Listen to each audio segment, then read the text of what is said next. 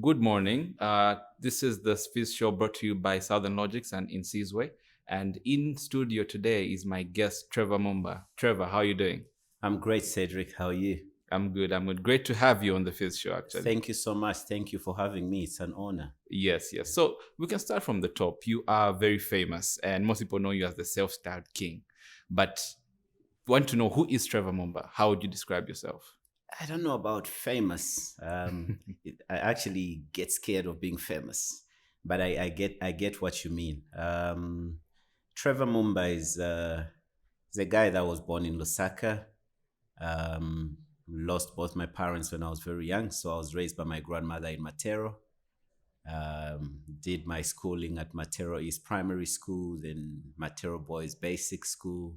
Then I went to Lotus Basic School, and then I finished my grade 12 at Linda High School in Livingston.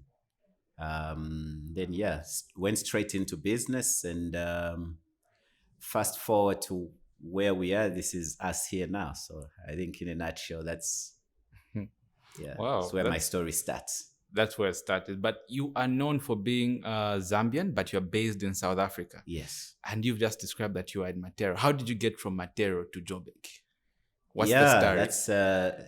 that's a very interesting part. But I wanted to get out. Okay. I wanted to get out. As a kid, I just did not like what I saw growing up in Matero. I just knew there was a better world out there. I just knew there were better opportunities for me. And with every dream that I had, it led me to the next and the next. And then I started realizing, say, the world is actually bigger than what I thought. So with more understanding of the world outside Matero, the ambition sort of grew. So firstly, I wanted to just get out of Matero, get away from the poverty. And then once I got out of there, I was like, what next? And then I Yeah. just needed to be in a place that supported my dreaming, because I had so many crazy dreams, and I realized at that time that the things I wanted to do, maybe there was nobody that was going to support me within Zambia. Not that I was going to find it easy to get support somewhere else, but if I had to start with my dreams in a place where nobody knew me, even if they did not support me, that would be different. But that place just had to support my level of dreaming and ambition. So this is how I settled on Johannesburg. Wow. Yeah. That's some conviction you need to have to actually get there. Yes. And one thing that stands out from you is you are a preacher of this. You say that you succeeded without tertiary education. Now you came from Matera and you went to Joburg. That takes a lot of conviction in its own, but you are now successful without tertiary education. How important is tertiary education to be successful in business? Look, I'm a big supporter of education. So I always say, if and when you can, get as educated as possible. But also, don't get too educated to a point where you miss the whole point of education, because you need to go and apply yourself. But in the end, I think a lot of us get bogged down in our own definitions of what we think education is, because what is it really? I may not have a degree, I may not have stepped a day in college, but I consider myself to be one of the most educated people that I know, because I never stop learning. I never stop asking questions. I'm a very curious person. So I'm always reading, and the world now is making it easy for people to learn so much outside the classroom. You've got YouTube, you've got online platforms where you can buy books and even download free ones. So really, there's no excuse to not learn. So if you have the capacity and the opportunity to learn in a classroom setup, to go to university and study something that you can be a master at, go ahead and do that. But then there are kids that would never have that chance for whatever reasons, like me. That doesn't mean it's a train smash. It's not the end of the world. So you have to keep searching Oh, so the world is always teaching. You just all, have to all keep the learning. time, all the time. So, have you ever felt disadvantaged because you don't have the formal education, the tertiary education? For a short while, yes. And I think that's where a big part of my frustration came from. So feeling disadvantaged for me wasn't a matter of losing hope. I did not feel hopeless. So I felt disadvantaged, but not hopeless. And this is where I started to realize there was something wrong with the way we perceive education. So there are ideas that I had, right? That would have nothing to do with any qualifications. And I'll talk to someone, say, hey, Cedric, I need help with this. I know I can set up this business. And the first question somebody would ask me is, what are your qualifications? And I was like, but I don't think I need those qualifications. So maybe that's the frustration. So it was more frustrating than hopelessness. It was more frustration than that. Okay, so from what you're saying, it was internally from you, not from the external environment.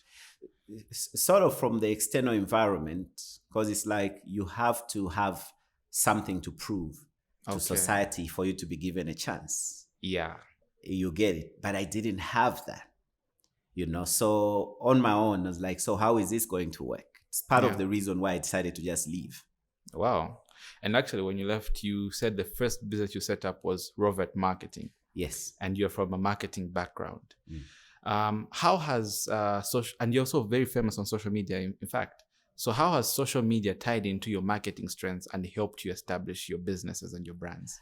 As somebody that built a sales and marketing business without going to college for it, right? Yeah. One of the things that have helped me is to simplify everything for myself and then for my team, because as CEO, that's part of my job, to define the vision for the company. So for people to understand the vision, we need to simplify it as much as possible. So simplification, for me, that's where it all starts. What is marketing anyway? It's just awareness. Simple. And when you take social media, the key word that a lot of people miss in that, right? In that definition is media. What is media for? It's for giving out information. So if you're on social media, you run a business and nobody knows what you do, maybe don't be there. You talking about what you do, Cedric, is not you being arrogant, is not you showing off. That's what you do. When Coca-Cola talks about how their beverages are the best, they're advertising, they're marketing, they're not boasting. But when you talk about yours, why is it boasting? So a lot of these understandings, right, go back to our culture. We've never been very great at marketing ourselves. Even on a national level, it's like, who are you waiting for to come and tell the world how great you are at what you do? If you're good at something, it's not boasting. Back it up. When people give you a shot, prove that in the service levels that you're giving. So for me, that's exactly the role that social media has played in my business. I'm good at what I do, and social media has allowed me to have an audience that I can tell and show how great I am at what I do. And for every opportunity that we get, every customer that we get through the doorway, every client, the job now is to show them how good we are so we can keep them. Yeah. Wow, that's very, very profound. Keep it simple. That's all. And over the years, I think Rovert has been around for 13 years now. 13 years on the 26th of March. Oh, congratulations in advance. So this week. Yeah. This week. So essentially, social media has changed over the years. And we've noticed you, especially during the COVID pandemic, you launched a few businesses during then online. Yeah. How important is social media now to businesses, and how powerful is it? And how has it changed over the years from the time that you started? Yeah, so when I was starting my business, for example, smartphones were very expensive. So not everybody had a smartphone. So people would still do Facebook. Twitter wasn't that big. People still do Facebook. Instagram wasn't there, for example, but mostly it would be like people in the office on their desktops, Yeah. But over the years, we've seen more handsets in people's lives. So almost everybody has got access to a phone, right? That means how much time are people spending on the phone? So if you have to communicate anything that you're doing, whether it's a podcast, whether it's a business you're running, a product you're selling, just be there. The more presence you have online, the higher the chances of people coming across what you do and seeing it. So this is the change that has happened over time. For example, when I got my first job in South Africa, I found it in an actual newspaper, the job mail, right? Yeah. Right now, I don't even know who advertises for jobs in the newspaper. I haven't even read a newspaper myself in a long time. So when we put out ads, for example, for recruitment at Rovert in any one of my companies, it's online, it's Twitter, it's Facebook, depending on where we feel our market is, which is another great thing, right? With newspapers back in the day before social media, you couldn't really curate your ad a specific way for a specific demographic. With social media, you can do that. When I go to Facebook, I can pick who I want to see my ad, right? So I tune it. It's people from 18 maybe to 35. Okay, then I can select specific areas. So I can be running my business in South Africa like I do, but I've got businesses in Zambia. So when I have to advertise a certain service like for Rovert Logistics, I can specify that I want people on the Copper Belt, Lusaka, this is the age group. And that's the magic of social media. So really, it's not just about memes and who's doing what, that gossip. It's a great tool to building businesses if you understand exactly how it works. And if you don't, hire professionals. There's people that back then, if you told me you're a social media manager, that would sounded very funny. But right now, there are people that do that. So if you don't understand it yourself as a business owner, hire a social media manager. That's what they are good at, and let them help you build your business presence online. Wow, that's very profound. And one way in which you have used social media to tell stories, you've told the story of how you built Rovert without outside capital. And to this day, you still don't have outside capital. No. That's very rare. Trevor, how does this happen? The truth is, because of what we talked about earlier, I'm a kid from Matero. I don't have tertiary education. I don't have rich relatives. I tried. I had great ideas. I won't lie to you, Cedric. Do you know the craziest thing I did when I really wanted to start my business was to offer a few people that I talked to, people with money then, up to 50% of my business if they had invested in me. They didn't. And I'm so grateful that they didn't, because now I don't have to share my money with them. You get it? So I had to start small. So like I said, when I moved to South Africa, I just didn't go and start my business. I got a sales job. I was selling things door to door, whatever it was, from toys. And we got a contract. The company that I used to work for got a contract to do these converged phone services with Neotel. So it's like a wireless landline, but you can plug in your internet line in there. We were selling that. And the money was terrible, but I tried to put away as much as I could. And over like a 3-year period, I'd saved up some money. I'd put my papers in place to allow me to register a closed corporation, which is like a small business. And then, I just started very small. When I started, I was the coffee guy. I was the cleaner. I was the receptionist. And then the budget grew. Now I could hire a receptionist, hire a few people. And then that's it.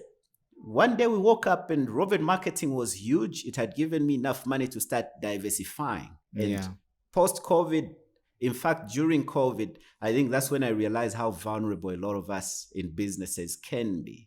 I'm grateful that COVID hit us when I was at my most liquid. So it was a time for me to start innovating. Okay, what if this business comes to an end right now? What else? And that's exactly what inspired all these other crazy things that I've had to come up with. Wow, that takes a lot of gall and genius, to be honest. Yeah. You mentioned earlier that you had to leave Matero and go to an environment which could sustain your dreams. Yeah. In your word, what do you feel should be done to the Zambian private sector to make stories like yours more common? Look, I've heard a lot about, I talk to a lot of startups, and for a lot of them, it's like the starting point is funding. So I feel like we're going to get there. I think already there's enough, maybe not enough, but a good number of venture capitalists, a few finance options for people that want that route. It's expensive. Bank loans, for example, at the moment are not so attractive. It's expensive. But for me, right, if I'm talking to the private sector, and let's start with smaller individual startups, and maybe before you worry too much about funding, focus on getting good at what you really do. I've seen people get funding and still don't know how to use it and lose the money Yeah. because they had not worked with whatever they had. If you start a business now, something small, whatever it is, with 10,000 kwacha, Cedric, if you can figure out how to get even 30% profit from that business after your expenses, and you run that model for 6 months, then you scale it up, taking the 30% profit or even 25, 15, whatever, right? Putting it back into the business, scale it up. And now you're working with working capital 15K. Do that over 2 years. By the time somebody says, I'm giving you $500,000, you are in a way better position to succeed in your business than if you just got a $500,000 now without ever doing anything on your own with your own money.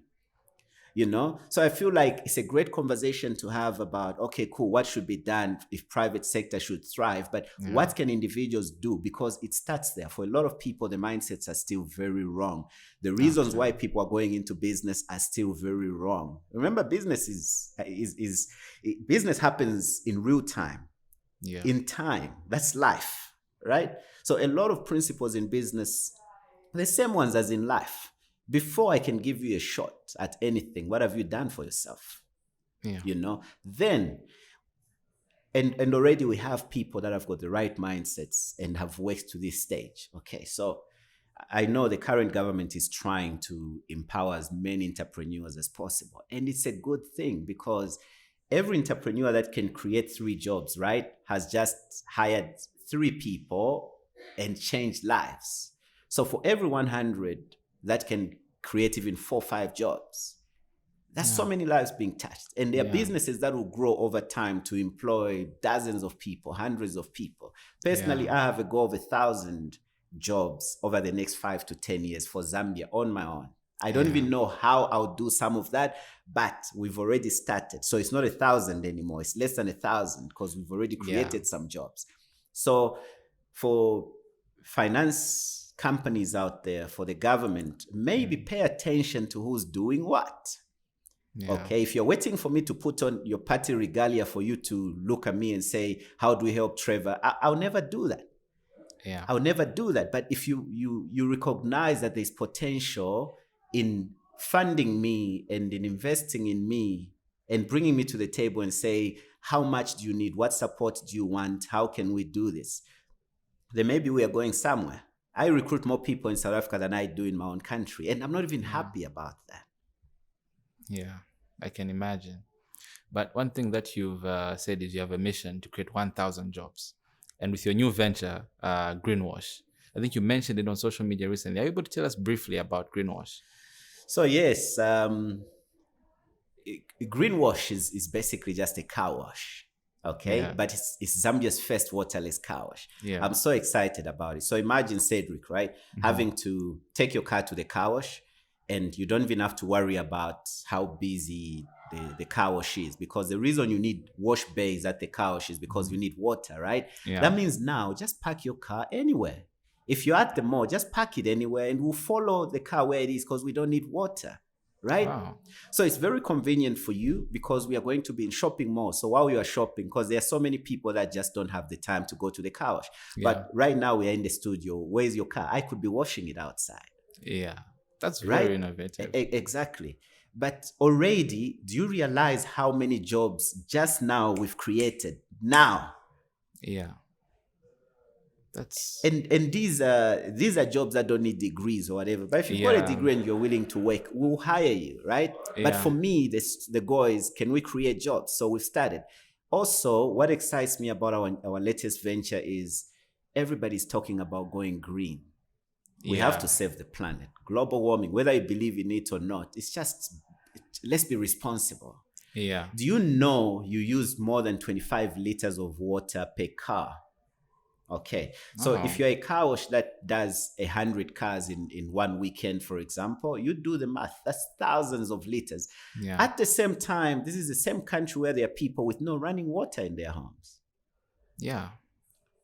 In the same How do you feel about that?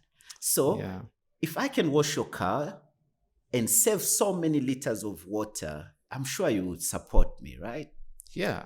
And that's a very, very brilliant venture on all fronts. And the fact that you're creating so many jobs is a testament of your belief in people. Yeah. Most of your businesses have a common theme of being people-centered. Where does this deep concern for people come from? I love people. And I never realized this until like many years into my business, right?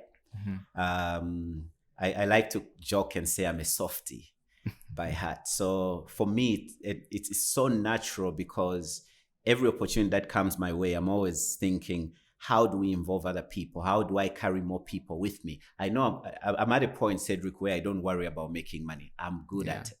But how many people can I take with me? So that now extends to our whole recruitment process. How do we hire people in all the divisions of Rovert, right? Yeah.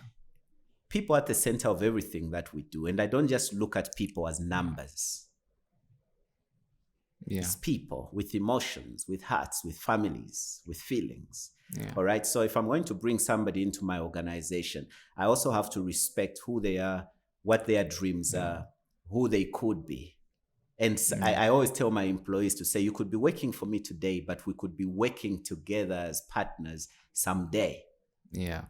You understand? So I don't want to miss out on an opportunity to come and build a much bigger organization one day with certain people around me as partners because I mistreated them. Yeah. So even when I'm talking to clients and we have to agree on how much I feel this deal is worth, I always mention, firstly, if my employees can go home with good money, okay, let's start there. Then we are good. No. So before I worry about have we sorted out rentals for the buildings, for where we operate from, are people good? It's difficult, but that's the focus, and it's fulfilling too. Because at some point, money is money, right? Yeah. But to see people's lives change, I love that. It keeps me going.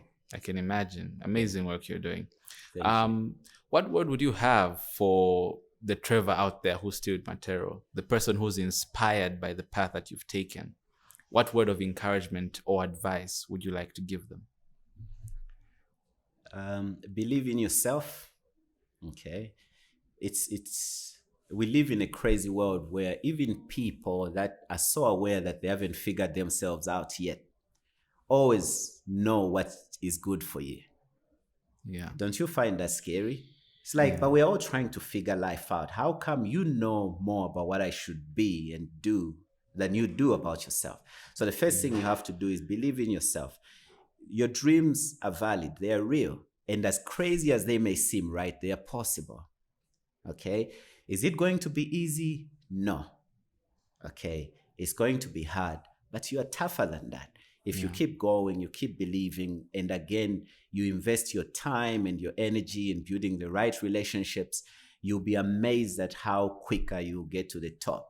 I think it's, if I'm not mistaken, it should be P.T. Barnum that said, relationships are the premiums by which we pay for our success.